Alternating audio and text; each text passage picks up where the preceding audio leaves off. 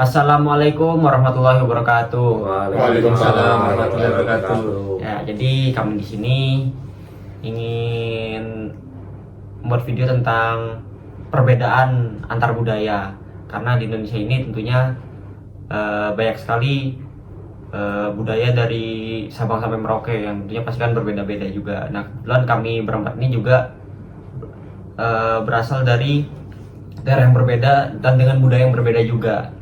Oke, sebelumnya kami perkenalan dulu, kan? Nama saya Saktifan Supratama Asal? dari Surabaya. Ya. Oke, nama saya Mikael Randurayana, asal dari Bogor, Jawa Barat. Saya Tio Sagi Pamungkas, asal saya dari Trenggalek, Jawa Timur. Oke, saya Muhammad Naufal Arfa dan saya asal dari Sulawesi atau bisa dibilang Gorontalo. Oke, ya jadi nah karena aku di sini sebagai pendatang di Surabaya, yaitu aku berasal dari Bogor dan juga Noval yang berasal dari Gorontalo, Sulawesi. Nah jadi kita mau tanya nih ke yang asli Jawa Timur, ya, Septipan dari Surabaya dan Tio dari Trenggalek. Nah menurut kalian, yang kalian tahu deh, budaya Jawa yang kalian tahu itu seperti apa, atau budaya ciri khas Jawa yang kalian tahu itu seperti apa? Mungkin bisa dijelaskan juga budayanya seperti apa? Aku jawab ya. Ya, silakan. Kalau untuk Jawa sendiri, yang paling menonjol itu sopan santunnya. Jadi Oke. yang muda itu menjunjung tinggi kehormatan bagi orang yang lebih tua dari kita. Itu isi yang paling menonjol. Dan sama mungkin Mas Septipan mau menambahkan? Ya, dari sopan santun itu tadi bisa disebutkan seperti unggah-ungguh. Jadi kita ada tata krama, ada caranya untuk atau aturan untuk yang muda agar terlihat sopan kepada yang tua, itu ada caranya melalui dari dialektika bahasa itu. Terus selain dari kesopanan tadi itu juga ada mungkin kultural dari Jawa, yaitu mungkin yang hasil dari akulturasi dari Hindu Buddha dengan Islam, yaitu tahlilan. Nah itu yang mungkin sering atau lebih dikenal sama masyarakat luas. Selain itu juga ada mungkin kalau kita mau mendekati hari raya ataupun mau memasuki bulan puasa, itu ada kalau di Surabaya lebih tepatnya itu seperti acara menggengan atau doa bersama.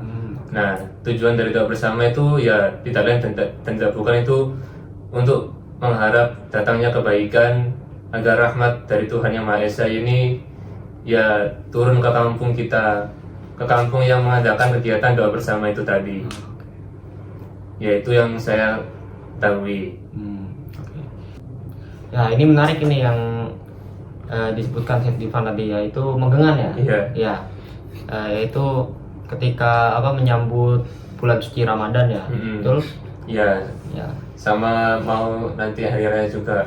Jadi menggengan itu nggak hanya doa bersama satu kampung, tapi juga nanti ada juga kayak makan-makan gitu dari situ. Oke. Nah, Ya kalau dari aku sendiri ya, di daerah asal aku itu di Bogor sama ya di daerah Jawa Barat lah, itu sama seperti itu juga, ada doa bersama setiap mungkin menyambut hari raya Islam ya, terutama ya doa bersama. Tapi sebelum itu biasanya kami ada pawai obor dulu. Biasanya kami pawai obor keliling perumahan atau keliling kampung, lalu ditutup dengan kami berkumpul di masjid lepas pawai obor, lalu doa bersama dan juga ada makan-makannya juga ya. Jadi ya bisa dikatakan hampir mirip, cuman iya. ada sedikit perbedaan lah pada pelaksanaannya. Ya mungkin Nopal ada pertanyaan juga ini.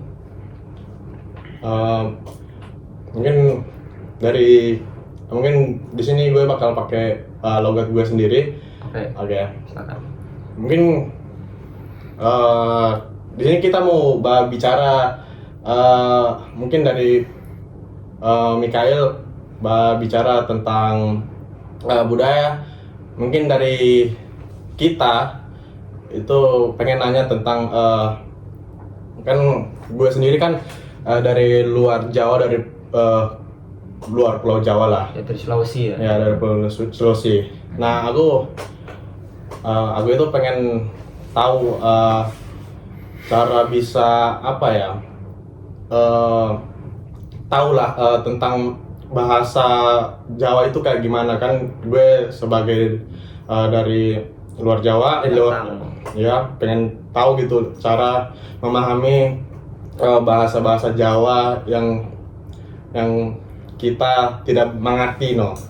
Ya, Nah, mungkin dari itu. ya izin jawab ya. Kalau menurut aku cara buat kita memahami itu ya berbaur sih, berbaur kan juga mestinya butuh waktu juga. Betul. Lalu ya gimana ya, sering sama ikut-ikut juga sih, kayak organisasi gitu, lebih membaur ke masyarakat, lalu ke tetangga juga yang notabene-nya itu lebih tua dari kita. Sekalian juga belajar tentang unggah-ungguh yang sempat disinggung tadi. Lalu juga Mas Setipan mungkin. Ya, saya izin menambahkan dari Mas Tio, dari berbaur itu lebih spesifik lagi, itu kita akan sering terpapar oleh bahasa dari daerah yang kita kunjungi atau daerah yang kita tempati. Semisal contoh dari Mas Novel sama Mas Mikael yang dari Bogor, dari luar Jawa lah intinya. Nah, itu merantau ke Surabaya. Awalnya mungkin mereka dari bahasa daerah masing-masing, terus ke Surabaya mereka akan terpapar bahasa dan juga logat-logat orang Surabaya. Dari mungkin mereka beli makanan, nah atau mungkin membeli sesuatu, dan juga sedang mungkin ada perkuliahan, itu nanti juga akan terkena paparan bahasa. Nah, dari paparan itu lama-lama kita akan memproduksi dapat kosakata baru, yaitu dari bahasa yang kita tinggali saat di perantauan itu tadi. Nah, dari itu kita bisa langsung mungkin action dengan tanya-tanya.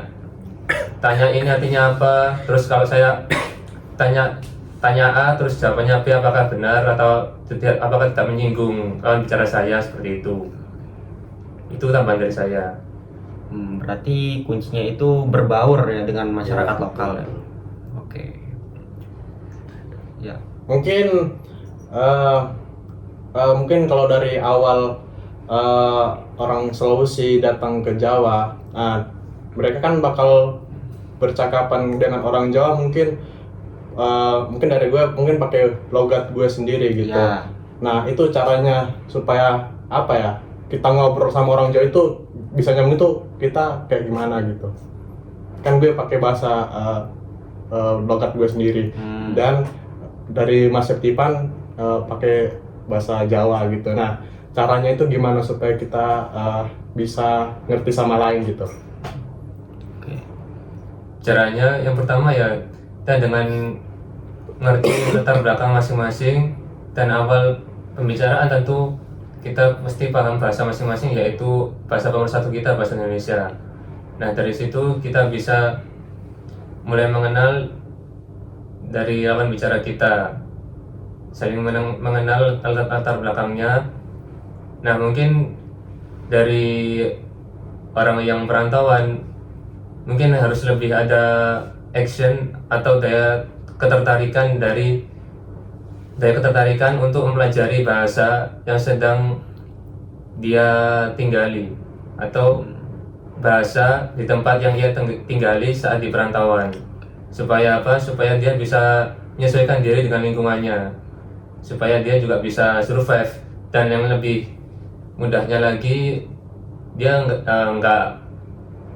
biar bisa aman, nggak mudah kena scam, nggak mudah kena tipu sama orang yang di asli kota itu, karena kan banyak juga orang yang nipu pakai bahasa.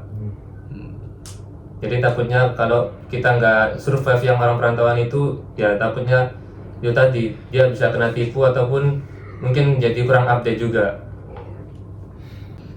Oke, mungkin cukup sekian dari kami.